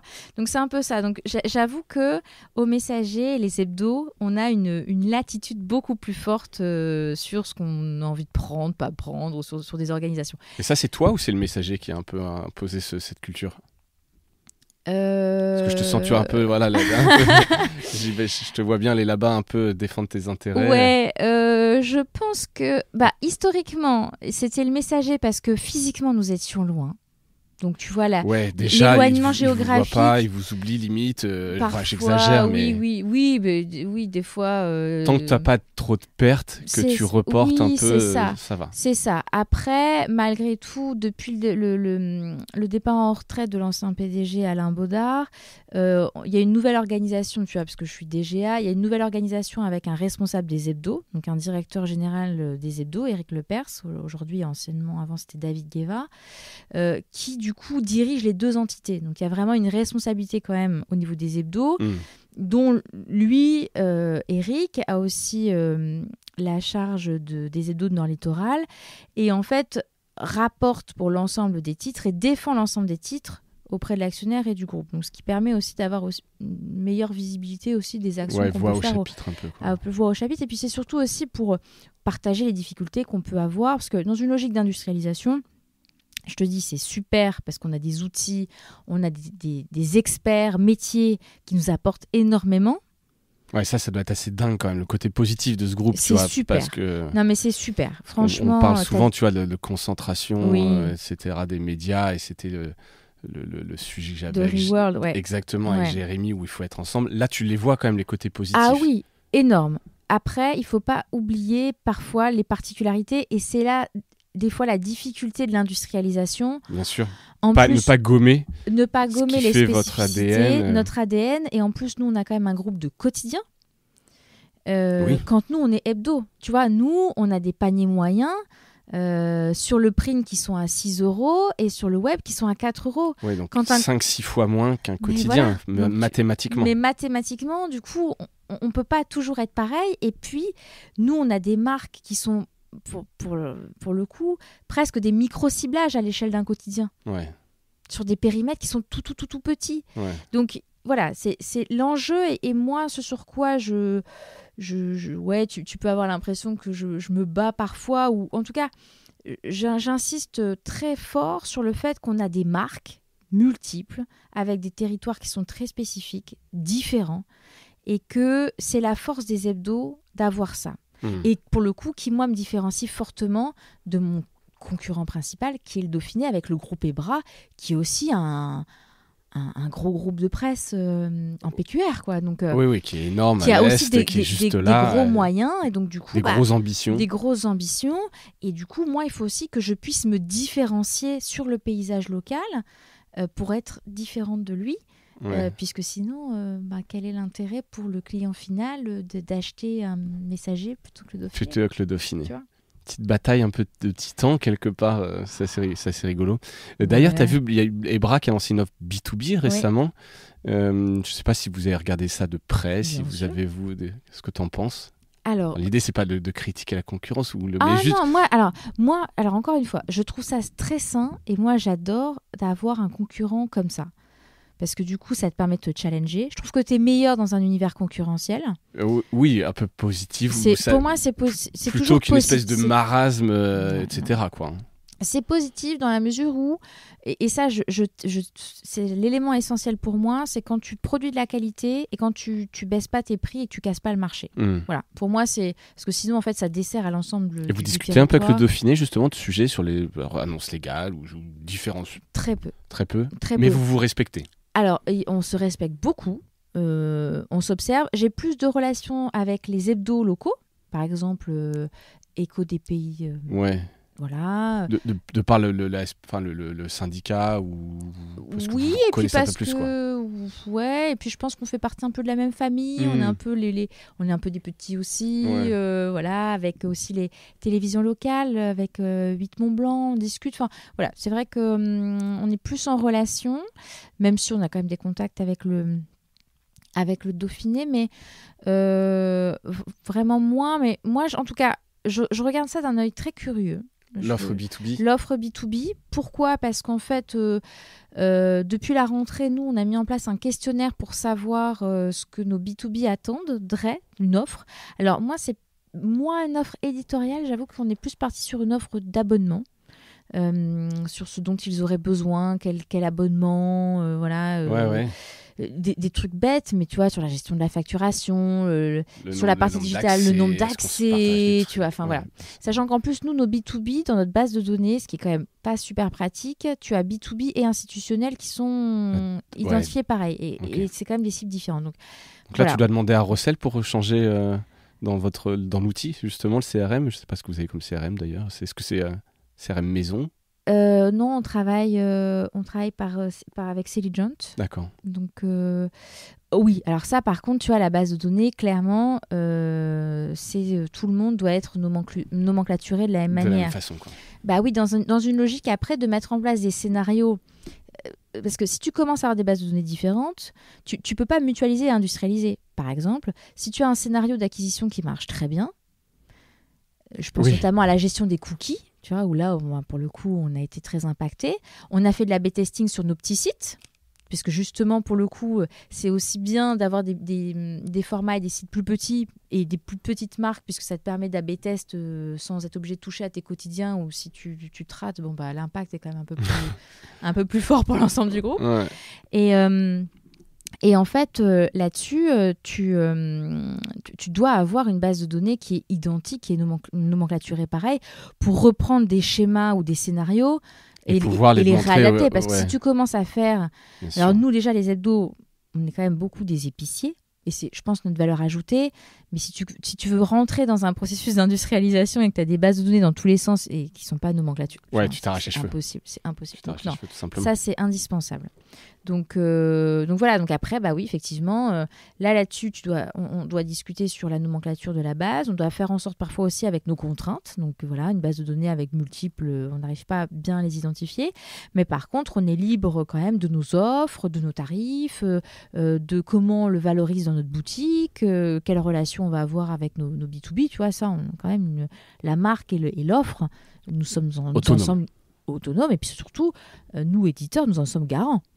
Voilà. Okay. Donc ça c'est important. Très clair. Tu parlais de Q tout à l'heure. C'est un sujet que je regarde pas mal en ce moment, les CMS édito. Donc là, c'est groupe. Ça fonctionne bien par rapport à un hebdo. Parce qu'en fait, je suis vraiment dans le sujet en ce moment. Ouais. Pour un client et la fabrication d'un hebdo, la fabrication d'un quotidien, ça n'a un peu rien à voir. Pourquoi ? Le rythme. Oui, hormis ça. Non, c'est principalement là-dessus. Et puis le sujet d'être web first ou orienté print. C'est surtout ça, en fait, qui est très différent. En soi, faire un montage d'un journal qui soit hebdo au quotidien, la seule chose, c'est le rythme, c'est sûr, mais après, foncièrement... oui, c'est des contenus... c'est assez pareil. Après, ce qui change sur l'hebdo, et ça, du coup, mes collègues quotidiens vont pas être contents, c'est que, pour moi, le quotidien... tu remplis chaque jour des pages blanches. Oui, aïe. L'hebdo, tu choisis tes sujets parce que c'est qu'une fois par semaine et tu as quand même à un moment donné un nombre limité de pages. Donc tu dois choisir les sujets et il y a un choix qui est très fort dans l'hebdo. Donc c'est ça qui est différent.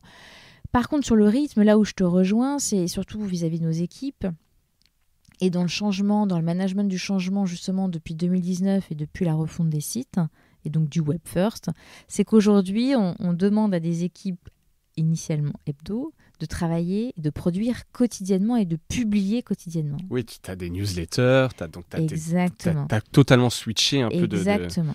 Donc dans l'orga. Exactement. Donc en soi, c'est pas le logiciel éditorial, tu vois, qui change. C'est vraiment l'organisation des rédactions, le management du changement et écrire pour le digital.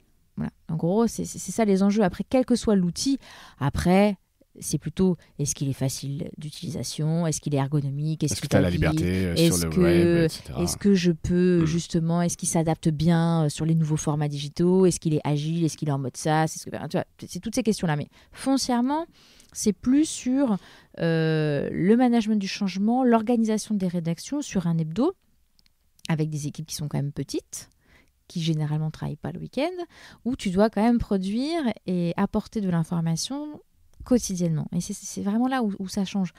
Le système éditorial, c'est pas... C'est presque secondaire pour toi. Enfin, faut que ça fonctionne et que ce soit pas un frein. Voilà, c'est ça. Parce que bon, les journalistes, s'ils me disaient Fanny, c'est secondaire, je pense que non, on peut pas dire ça, mais je pense que c'est pas là où tu as vraiment une grosse différence entre hebdo et quotidien. C'est vraiment sur l'organisation du travail, le gros changement profond pour les hebdos, plus que l'outil. Après, malgré tout, il faut que l'outil soit facile pour les journalistes, qu'il soit ergonomique, que ça aille vite. Et voilà, c'est un peu ça le sujet. C'est un peu ça le sujet, que ce soit facile pour eux, quoi. Et là, la complexité, c'est d'avoir des systèmes éditoriaux web first et qui soient faciles ensuite sur le montage du journal. Et ça, je dois dire que... Il y a encore un peu de travail. Ouais, c'est pas encore, mais je crois que c'est un peu marché. C'est pas encore... voilà, moi, j'écoute beaucoup les journalistes. Sur le print, ça fonctionne plutôt pas mal. Sur le digital, en fait, le web, les formats évoluent tellement vite que du coup, le système éditorial, parfois, n'avance pas aussi vite. N'avance pas aussi vite. Et c'est vrai que c'est des briques qui s'ajoutent. Et c'est vrai que dans l'ergonomie, quand on intègre des nouveaux journalistes, maintenant, ils doivent passer dans leur intégration 2 jours juste pour les outils. Ouais. Ce qui avant, tu vois, en gros, une demi-journée, c'était fait et l'après-midi, ils allaient sur le terrain, tu vois, grosso modo. Là, c'est 2 jours parce que pour appréhender l'outil, expliquer la palette d'outils aussi qu'ils ont aujourd'hui à leur disposition pour produire les contenus, bon, ben voilà, ça nécessite aussi plus de temps. Donc, il faut vraiment que les outils soient plus faciles, soient plus ergonomiques et que ça aille vite. Ouais. Bon, voilà. Et effectivement... c'est pas toujours très satisfaisant pour les journalistes et parfois c'est frustrant. Après, c'est dur aussi de contenter tout le monde sur le sujet. C'est ça, mais c'est pas là où il y a le plus gros travail, pour être clair. Bon, top. Je vois le temps qui avance. J'ai quand même quelques questions, peut-être plus sur le futur. Bien sûr. C'est quoi les futures priorités du groupe? Donc là, tu as testé, tu parlais des appels d'offres, etc. Si toi, tu devais te mettre une roadmap à 5 ans, c'est quoi un peu tes grands chantiers dans les années à venir? Alors, le grand chantier, c'est l'expérience utilisateur. Donc, depuis cette année, le groupe a mis en place une BU. Quand tu dis groupe, c'est Rossel. Rossel, voilà. Sur l'expérience utilisateur de l'ensemble de nos sites. Et là, voilà, il y a un gros enjeu là-dessus. Tu sais que ça va passer par là, une partie de la rétention ou de l'acquisition? C'est évident. C'est pas au niveau aujourd'hui? Non, pas complètement. Il y a des choses qui sont faites. En fait, on fonctionnait beaucoup en silo. Tu vois, chaque éditeur avait des bonnes pratiques, avait des fonctionnements, avait des choses. Et finalement, on faisait tous un peu de CX. Ouais. Finalement, parce que mais quitte à refaire les mêmes erreurs, etc. C'est notre business, c'est notre marché, sûr, voilà. T'essayes d'améliorer. Mais nous, en hebdo, on n'a pas toujours les ressources, tu vois, pour avoir quelqu'un pour le faire. Clair. Et puis encore une fois, je te dis, on est le petit frère, donc tu vois, dans les déploiements de modifications, tu as un système de tickets, et puis tu as une priorisation des besoins, et puis voilà, à un moment donné. Tu as des ressources qui sont mutualisées et donc il faut répartir, il faut prioriser. Donc voilà, donc l'avantage de cette BU, c'est que c'est elle aussi qui priorise et puis qui fait pour l'ensemble des éditeurs, tout en ayant quand même des échanges réguliers, et c'est là où c'est important, au sein des territoires et au sein des éditeurs locaux, sur quand même certaines propositions et certains choix. Vous faites pas, vous partez ou pas. Voilà, conséquences positives, négatives. Après, tu as quand même une latitude de décision. Mais en tout cas, moi, je pense que l'expérience utilisateur, dans des logiques où tu as des sites d'acquisition, c'est le nerf de la guerre. Ensuite, et là-dedans, tu as tous les scénarios de paywall. Voilà, register wall, enfin voilà, où il y a vraiment un enjeu. Vraiment... C'est ça. Pour moi, il y a un enjeu qui est énorme là-dessus, et particulièrement pour le groupe, le messager. Quand tu as du multimarque, il faut chaque marque a des identités propres, donc il faut. Donc il y a un gros boulot là-dessus sur les paywalls. Ouais, gros boulot sur les paywalls. Ensuite, tu as la web perf. Donc là, on a en début d'année prochaine, on a une refonte de nos sites à nouveau. Puisqu'on a des performances. Et là, par exemple, c'est entièrement recel. Ouais. Sur la web perf ? Non, même sur la refonte des sites. Ouais. Et là, on passe vraiment sur des logiques industrielles où, en fait, chaque site est développé de la même manière, ce qui fait que quand tu as une amélioration technique de l'un, en fait, c'est toute la communauté qui en même temps en profite. Donc d'accord. Et donc là, il va falloir de nouveau te battre aussi toi pour avoir tes spécificités sur le front, sur plein de choses. Ouais, c'est ça. Après, dans la mesure du possible, moi, sur le front, je pense que le combat, il est pas forcément là. Enfin, voilà, c'est plus, oui, j'ai mes spécificités, par exemple, d'URL. Moi, je ne crois pas, mais ça, c'est encore une fois, c'est un avis personnel, à une URL unique. Dans une logique d'acquisition. C'est-à-dire, pardon C'est-à-dire, par exemple, l'exemple d'Actu. Tu vois, tu as une URL unique dans laquelle est rattachée une centaine de sous-domaines. Quoi. Ouais. Voilà. C'est bien quand tu veux faire de l'audience parce que tu as une visibilité auprès de Google, ça marche, ils vendent de la programmatique et voilà, c'est efficace. Mais encore une fois, dans une logique de pub. Ouais, de pub. De programmatique. Oui, bien sûr. Publicitaire. Quand tu es dans une logique d'acquisition, je pense que... Non, au contraire, tu dois bichonner tes marques. Tu dois travailler ta marque a une force, a une importance. Donc, tu vois, là-dessus, c'est sur ces éléments-là où, effectivement, moi, je suis plus attentive. Sur le front, tu vois, après, moi, dès lors où ça s'affiche bien, que c'est rapide, où l'ergonomie est respectée, où j'ai la main pour retravailler la home... sur les contenus, voir les paywalls, etc. Un peu ton marketing, t'es contente. C'est ça. Enfin, c'est pas que je suis contente, c'est que ça sert mon business en fait. La seule chose que moi je souhaite, c'est que le groupe Le Messager puisse continuer à exister, qu'il soit bénéficiaire rentable pour mon actionnaire. Je t'ai même pas demandé, c'est le cas ? Vous êtes bénéficiaire et rentable. Bien sûr. C'est bien de le dire parce que c'est pas. J'ai envie de te le poser au début la question. Bénéficiaire et rentable. Donc en fait, moi, c'est mon. C'est tes objectifs, c'est mon objectif à moi, très, on va dire, très rationnel. L'objectif, c'est que l'entreprise, le groupe Le Messager soit rentable, qu'il puisse continuer à investir, qu'il puisse continuer à exister. Et en fait, voilà, je veux dire, là où moi j'interviens.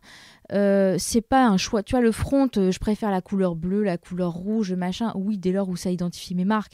Mais après, je pense qu'on n'a pas besoin d'aller autant dans le détail, dans la mesure où le groupe t'apporte un outil qui est efficace, qui est performant. Qui a été testé sur des gros volumes, voilà. plein de trucs. Et c'est là la force du groupe, tu vois. Après, sur certaines spécificités, l'URL unique, par exemple, moi j'ai dit, je n'y crois pas, j'ai pas envie d'y aller. Parce que ça a été le cas à un moment donné, évoqué chez Rossel, de rentrer sur une URL unique. Bien sûr. Par exemple, le groupe Nord Littoral, donc tu vois, on a deux hebdos.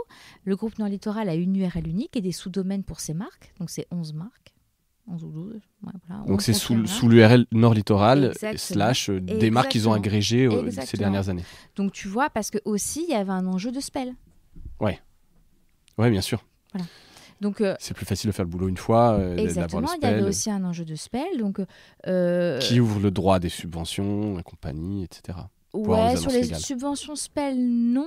Mais en tout cas, qui te permet d'être habilité pour recevoir des annonces légales. Ce dont je te disais tout à l'heure. Après, sur les subventions, tu vois, le ministère de la Culture a sorti des choses sur les subventions. Je ne sais pas si tu as vu. Si, il y a eu un post d'ailleurs de l'Alliance, je crois, hier. Exactement. En fait, faut être clair. Il y a 2 subventions. Il y a l'aide au pluralisme, enfin, pour nous, nos titres de PHR. Tu as le pluralisme et tu as l'aide au portage. Donc, moi, je n'ai pas de portage. Donc, voilà. Ça, on oublie. Et c'est souvent le plus gros des subventions. Et sur l'aide au pluralisme, je vais être très transparente avec toi. C'est même pas le salaire d'un journaliste par an au Messager. Et on a quand même le 3e, avec juste le titre Le Messager, qui édite le 3e plus gros titre de tirage et de diffusion payée sur Le Messager. Ouais, donc c'est pas grand-chose. Mais par contre, vous êtes IPG. bien sûr. Donc vous pouvez faire aussi du FSDP, le fonds stratégique. Oui, bien sûr. Et Oui, là, ça, tu peux faire. là c'est des montants qui sont... Après, c'est géré au niveau du titre, au niveau du groupe. Ça dépend. Ça dépend.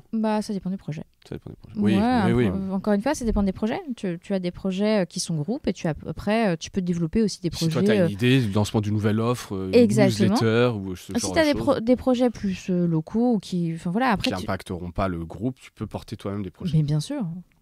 Ok. Donc ça dépend des projets. Mais grosso modo, quand même, les aides et les subventions. C'est pas mirobolant et Ouais, tu te clairement, focalises pas là-dessus non. dans ce mix de ton modèle économique, c'est pas Non, là-dessus. et puis en On parlait plus- de futures priorités, c'est pas d'aller chercher Non. plus de subventions. Ben non, et puis en plus, très franchement, on est quand même dans une décroissance de nos journaux print, tu vois, à la fois de nos ventes. Donc en fait, comme c'est indexé à ton volume, en fait, chaque année, ça fond, quoi. Donc Ouais. faut juste se préparer à... Parce que c'est plutôt ça, en fait. Il faut se préparer à ce qu'il n'y en ait plus. Ouais. Et l'avantage, c'est que c'est vrai que pour le groupe Le Messager, à l'inverse des annonces légales, on est très peu... très peu dépendant des aides. Donc en fait, ça nous donne une liberté quand même. Ouais. On est assez serein, quoi. Ouais, c'est pas un truc qui pourrait, voilà, qui est cool, mais que tu te traînes un peu comme un boulet quelque part. Où là, Ça là, fait t'es toujours...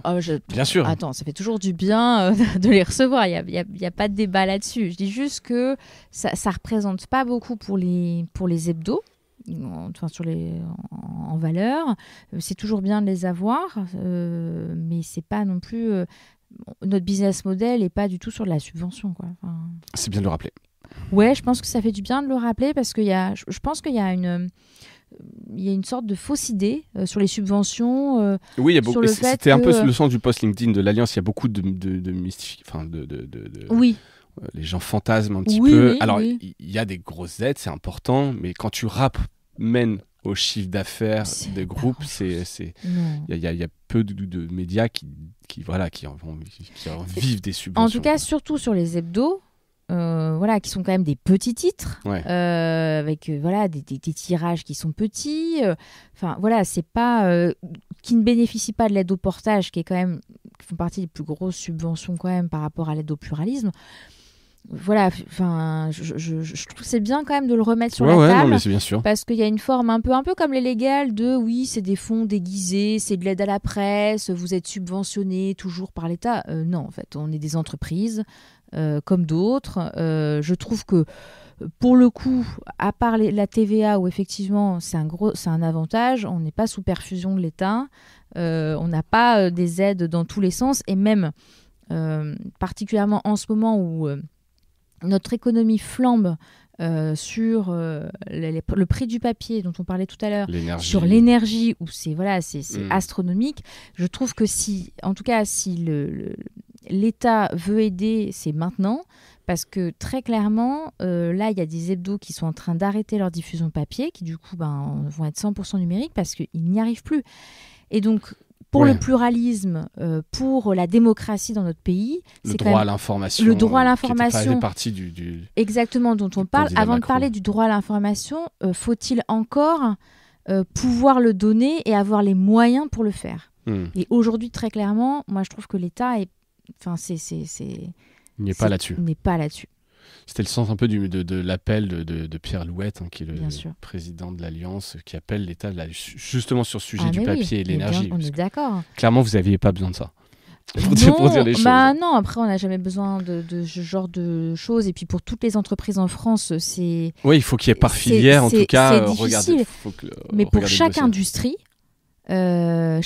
a des spécificités, a des contraintes. Nous, on est quand même une grosse contrainte puisqu'on est des imprimeurs quand même, faut pas l'oublier. On produit de l'information, mais derrière, on est quand même des imprimeries et sur lequel on a besoin d'aide parce que clairement, comme tu le disais tout à l'heure, on va devoir augmenter, si ça continue comme ça, le prix de nos journaux parce que, à un moment donné, tu peux pas avoir un produit qui te coûte 2 fois plus cher et le vendre la même chose. À un moment donné, l'équilibre, il n'y est pas, quoi. Il n'y est pas dans un marché qui est quand même en tension. La presse, c'est quand même difficile d'avoir des presses qui sont rentables. Donc, si en plus, tu vois, tu as des charges dont tu n'as pas le choix qui explosent, tu es bien obligé à un moment donné de pouvoir équilibrer. Donc, si tu veux pas perdre des gens qui lisent la presse, qui s'informent, et et avec toutes les conséquences qu'il y a derrière de gens qui ne sont plus informés de ce que ça génère. Hein. On voit les pays où il y a de moins en moins de presse, il y a des extrêmes qui sont de plus en plus représentés. Et moi, je trouve que c'est un risque certain. Si on ne veut pas aller là-dedans, il faut vraiment que dans notre industrie, on soit écouté, que ce soit pris en compte. Et c'est en ça toute l'existence de l'Alliance. Ouais. De pouvoir représenter toutes nos familles de presse. Clairement. Quelles qu'elles soient. C'est exactement ça, c'est bien de le rappeler parce que là, je pense qu'il y a une urgence un peu à mais il y a une aider, alerte. Mais là, il y a une grosse alerte. Là, sur 2023, l'exercice budgétaire 2023, ça va être compliqué. Je sais pas où on va trouver la rentabilité. Eh ben écoute, sur la pub peut-être, je sais pas. En tout cas, il faudra s'arracher. Tu testes plein de choses et je trouve ça assez cool. Il y a plein de pistes, mais j'ai aucune certitude. Ouais, non, c'est ça, exactement. Tu vois, quand tu dois te projeter, donc là, tu vois, tu me dis à 5 ans, moi, je te dis déjà l'année prochaine, avec toute la connaissance que j'ai aujourd'hui, va falloir que mes paris fonctionnent, tu vois, pour continuer à être rentable. Bon, écoute, on verra dans un an, on fera un petit catch-up. J'ai commencé à faire des petits catch-up, justement, des épisodes où je reçois les mêmes invités pour voir comment les choses ont évolué. Dernière chose, et avant que je te libère, et qui n'a rien à voir, mais je demande toujours à la fin, est-ce que tu as un truc cool que tu veux partager avec les auditeurs de Mediarama? Alors que ça peut être sur quelque chose que tu as vu ici au Festival de l'Info locale, ça peut être un truc que tu as vu en perso, une super série Netflix. Non mais vraiment ce que tu veux nous partager, un truc qui t'a un peu attiré ton attention récemment. Alors justement, comme on est au fil, c'est l'occasion d'en parler. Où hier, dans un Learning Lab, il y a Cathy Brem, qui est la responsable de l'innovation de chez France Télé, qui est intervenue sur le métavers. Alors tu me parles de série Netflix, je suis fan de Ready Player One. Ouais. Je l'ai vu au moins une 20aine de fois. Ouais, non, tout à fait dans le métavers. Et en fait, c'est une des meilleures manières de se représenter ce que pourrait être le métavers. Et en fait, pour moi, l'Oasis, aller chercher l'œuf d'or, tu vois, c'est un peu un truc que j'adore. Et non, voilà. À part ça, je suis très j'adore ce qui arrive. D'accord. En fait, ça m'inspire énormément. Web3, métavers, t'es très curieuse de voir comment tout ça va... Je suis très curieuse de voir comment nous, médias locaux, on va conquérir ce nouveau terrain de jeu. Exactement. Est-ce qu'il y aura un territoire? C'est ça. J'avoue que j'ai bien envie d'acheter mon petit quartier à l'issue de la présentation hier de Cathy où sur Roblox, je vais acheter mon petit pixel, je pense. Ouais. Messager, bien sûr. Mais voilà, en tout cas, moi, je trouve que pour notre industrie, c'est une excellente opportunité. C'est une nouvelle façon d'interagir encore plus avec nos communautés. Et ça, c'est vraiment quelque chose de trop cool. Je suis impatiente, avec hâte, et puis beaucoup d'impatience et d'enthousiasme, même si voilà, je sais aussi, je comprends bien les questions qui se posent derrière tout ça. Néanmoins, j'ai beaucoup d'enthousiasme à ça, et je trouve que pour notre industrie, c'est une excellente opportunité. Donc, pareil, on suivra ça. Je pense que ça va être intéressant. J'ai hâte de rentrer dans l'Oasis. C'est tout ce que... Voilà, mais je ne sais pas, ce sera dans 1 an, dans 5 ans, dans 10 ans, on verra. Mais en tout cas, effectivement, c'est assez excitant tout ce qui se passe de ce côté-là. On va voir les usages, on suivra ça de près, évidemment, avec Mediarama. Fanny, merci. Je t'en prie, c'est moi. Merci pour ton temps et toutes ces infos, c'était hyper intéressant. Et merci à toutes et à tous d'avoir écouté cet épisode. J'espère qu'il vous a plu autant qu'il m'a plu de le faire avec Fanny. À bientôt. Salut.